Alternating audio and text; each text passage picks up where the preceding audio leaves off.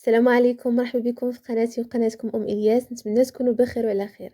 كيف ما وعدتكم اليوم غادي نشارك معكم البيتزا بثلاثة ديال الحشوات رائعة جدا، كتجي لذيذة بزاف. حشوة تنسيك في حشوة اولا بيتزا تنسيك في البيتزا الثانية. غادي نعطيكم جميع الاسرار والنصائح لنجاح البيتزا، تجيكم احسن من اللي كتباع في المحلات الكبرى.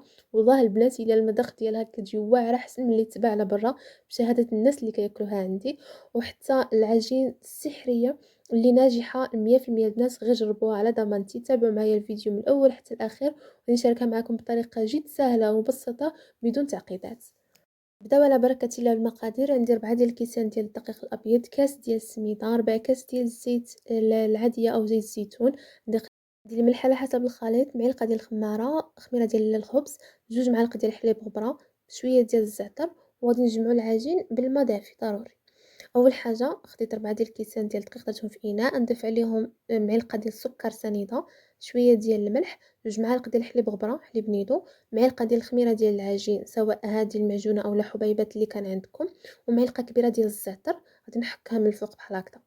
من بعد غادي نزيد الزيت. بالنسبه للزيت ممكن تخلطوا زيت الزيتون مع الزيت، يعني زيت البلديه مع الزيت العاديه. تقريبا درت 4 ديال المعالق. غادي نضيف كاس ديال السميده، كاس ديال العنبه ديال السميده. السميده اللي كندير بها الحرشه عادي البنات، انا عارفه غادي يجوني هاد الاسئله. غير اللي كديروا بها الحرشه، بغيتو ديروا الفينو ديروا فينو ماشي مشكل، غير باش تجي البيتزا تجي شويه قابضه راسها وما تجيش غير الفرينه فيها. هنا غادي نجمع العجين ديالي الماء عادي. الا ما كانش عندكم حليب غبره ممكن تجمعوا العجين بالحليب السائل وتستغناو على حليب غبره، ولكن الاغلبيه انا كندير حليب نيدو كتجي واعره. صافي غادي نجمع العجين ديالي. بالنسبه القوام ديال العجين ما كتكونش خفيفه بزاف وما كتكونش قاصحه. المهم هي خفيفه ولكن ما كتلصقش في اليدين. نتمنى تكونوا فهمتوني. غادي ندلكها واحد شويه، ضروري ندلكوها شويه. من بعد غادي نغطي عليها ونخليها تخمر مزيان حتى يتضاعف الحجم ديالها. من الاسرار ديال العجينه هي نخليوها ترتاح مزيان. شحال ما خليتوها ترتاح مزيان واخا تخليوها ليله كامله في الثلاجه ما كان حتى مشكل، كتبقى زوينه. نمشيو باش نحضروا الحشوه. انا عندي بصله كبيره مقطعه مربعات، وعندي تقريبا 3 ديال الفلفلات مقطعين هكا مربعات، درت عليهم شويه ديال الملح وشويه ديال الزيت وغنديرهم تقلاو. بالنسبه للمقله الثانيه درت فيها شويه ديال الزيت وغادي نشحر فيها الكفته. هاد الكفته درت فيها شويه ديال الملح وشويه ديال الكمون وكورتها بحال هكذا، درتها هكذا كويرات. بغيتو تفتوها يعني ديروها شكويرات كيما بغيتو. غير اليوم بانت لي هاد الفكره، من الاغلبيه كنفتتها البنات باش كتوزع على البيتزا كامله، هكا كتجي زوينه غير في المنظر. المهم البنات من بعد ما شحرتها شويه غادي نحيدها وغادي ندير بلاصتها الدجاج.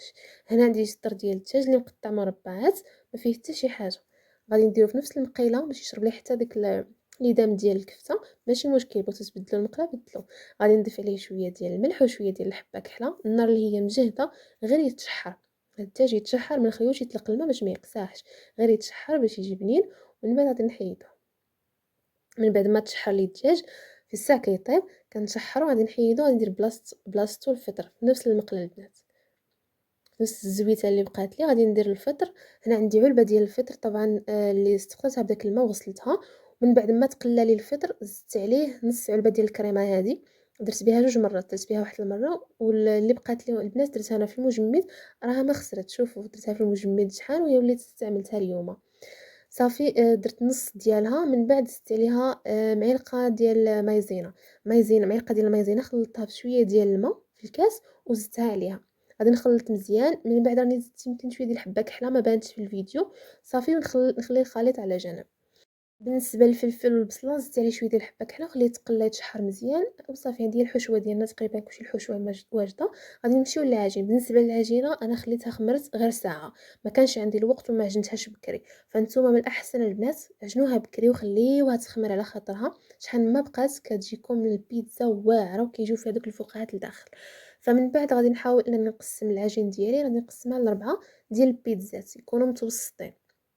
بالنسبه هنايا خديت شويه ديال السميده مع الدقيق. انا كنخلط ندير شويه سميده وشويه دقيق، ممكن ديروا غير السميده بوحدها حتى هي كتجي مزيانه باش تجيكم على برا بحال فيها شويه ديال القرمشه وكتجي زوينه احسن من الدقيق. يعني استغناو على الدقيق، ديروا يا السميده يا خلطوا ما بين السميده والدقيق. صافي غادي نحاول نشكل الكرات ديالي ديال البيتزا وغادي نخليهم يرتاحوا لثاني مره. هنا أنا ما كانش عندي الوقت على حسب التصوير ولا حسب، فمن الأحسن البنات خليوهم يزيدوا يخمروا واخا هكا قسمتوهم، خليوهم يرتاحوا حتى يتضاعف الحجم ديالهم، وعاد بداو تشكلوهم باش تعمروا البيتزا ديالكم. هنا ما كانش عندي الوقت انايا على حسب التصوير والظروف وانتم عارفين، فالنهار اللي كتكوني تصوري ماشي هي انك توجدي الوصفه غير ليك العائله ديالك، ماشي بحال. هنا غادي نحاول نسرح اول كره، نسرحها مزيان، انا كنبغي البيتزا تجي رقيقه.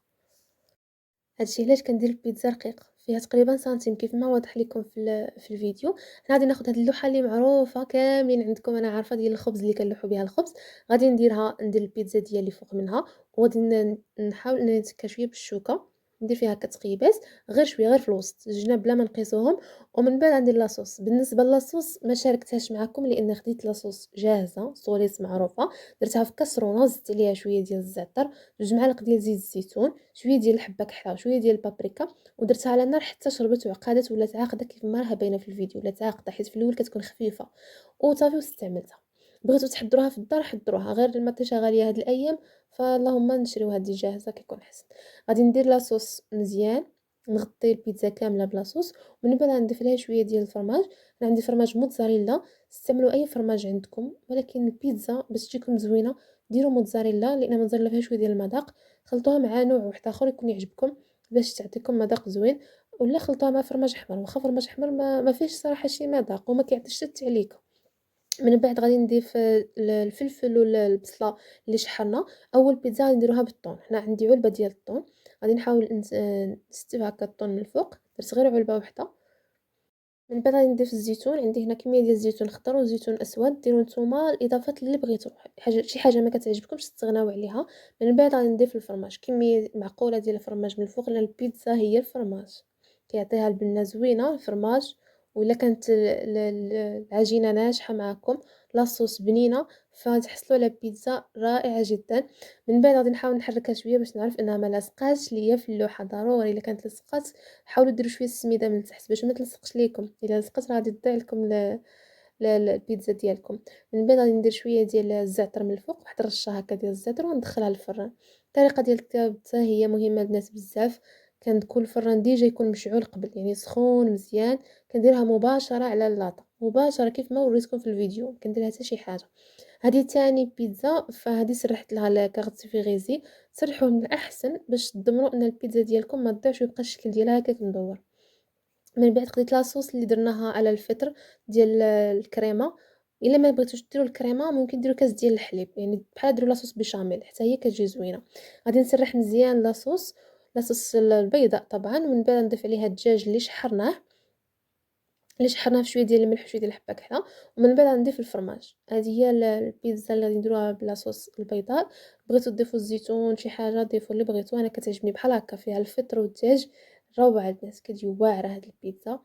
انا ضفت عليها شويه ديال الزعتر، رشه ديال الزعتر، ودخلتها الفران، كنخرج وحده كندخل وحده.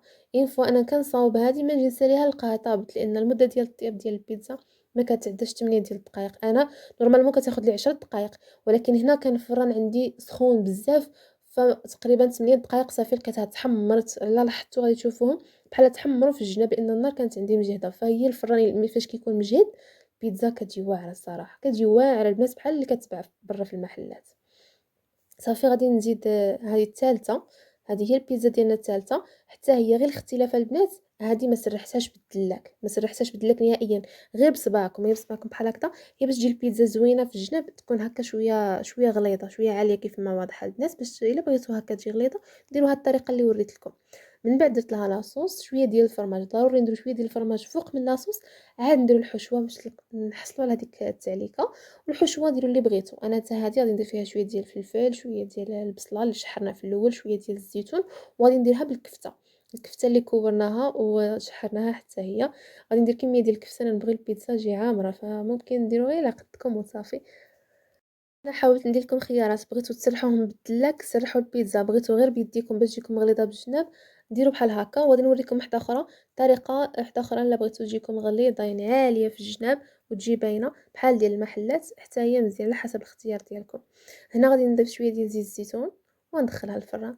بالنسبه للثانيه هذه اللي قلت لكم عليها، ممكن ديروا شويه ديال الموتزاريلا في الجناب تقطعوه هكا مستطيل وديروه في الجناب، اولا تخليوها كيما بحال هكذا. انا كندير نعليها هكا من الجنب باش كتجي شويه غليظه من الجنب، كتجي زوينه، وفي الوسط غادي نعمرها بالحشوه ما غاديش تجي باينه. صافي ندخلها حتى هي هذا نطيب نعمرها بالحشوه وندخلها للفران نفس الطريقه. ودابا غادي نوريكم الشكل النهائي ديال البيتزا ديالنا كاملين اللي طيبناهم. أنا درت 4، مي هادو 3 راهم طابو واجدو، ووحدة راه باقية في الفران. درنا وحدة بالكفتة، ووحدة بالطون، ووحدة بالفطر والدجاج، ب3 البنات، ب3 والله العظيم ب3 يجيو واعرين، المذاق ديالهم ما يتنساش، شي حاجة من عندي ما نقول لكم، غير جربوها على ضمانتي. بطريقة بالنسبة لهادي هي البيتزا ديال الكفتة اللي درناها. ممكن ديروا الكفتة كيف ما قلت لكم، تشحروها مع الفلفل والبصلة، تفتوها بحال هكذا حتى هي كتجي زوينة. بيتزا كتجي رائعة، العجينة رطبة البنات، مفشفشة، فيها مقرمشة على برا، روعة البنات، رائعة جدا. هاد العجينة ديال البيتزا اعتمدوا عليها خلال شهر رمضان ان شاء الله. حطوا بها البيتزا ديالكم، واخا تعجنوها وتخليوها في الثلاجة، مثلا ديري اليوم بيتزا وتبقى لك الكمية خليها حتى الغدا عليه، ولا كتبقى مزيانة ورائعة جدا. كتجي العجينة رقيقة كيف ما واضحة، لي بات رقيقة وواعرة البنات. البيتزا اون فوا تهزيها وتميل لك، يعني المورصو يجي بحال نازل، عارفين ان البيتزا ما جاياش يابسة وجايه زوينه ورائعه البنات. هذه بالنسبه للناس الطياب، من بعد ما كتفوت 8 ديال الدقائق بغيتو تنزلوها لتحت تزيد تحمر واحد شويه غير دقيقه، ما بغيتوش ماشي مشكل، يعني الفرماج ماشي مشكل لا تحمر من الفوق. انا بحال هذه البيضه نزلتها تحمرت غير 2 دقائق، بغيتها تحمر لي هكا شويه من الجناب وهكا وصافي وخرجتها. وهذا هو الشكل النهائي. الا بغيتو نعطيكم النوعيه ديال الفرماج اللي خدمت بها، كتبوها لي في التعاليق ان شاء الله نشاركه معكم. كتجي بنينه بزاف ديال الفطر. غير ما كانش عندي كيفاش ندير نصورهم لكم، حيت فاش يكونوا سخان الفرماج كيتجبد، ولكن فاش يبردوا الفرماج ما كيبقاش يتجبد. بحال هذيك نتاع الطون لان درتها هي الاولى وطيبتها، فاش بردت ما بقاش يجبد، ولكن فاش كانت سخونه راه ما شاء الله البنات، غير ما صورتش الفيديو لانك عارفين الضغط. نتمنى يكون الفيديو نال اعجابكم، خليتكم على خير.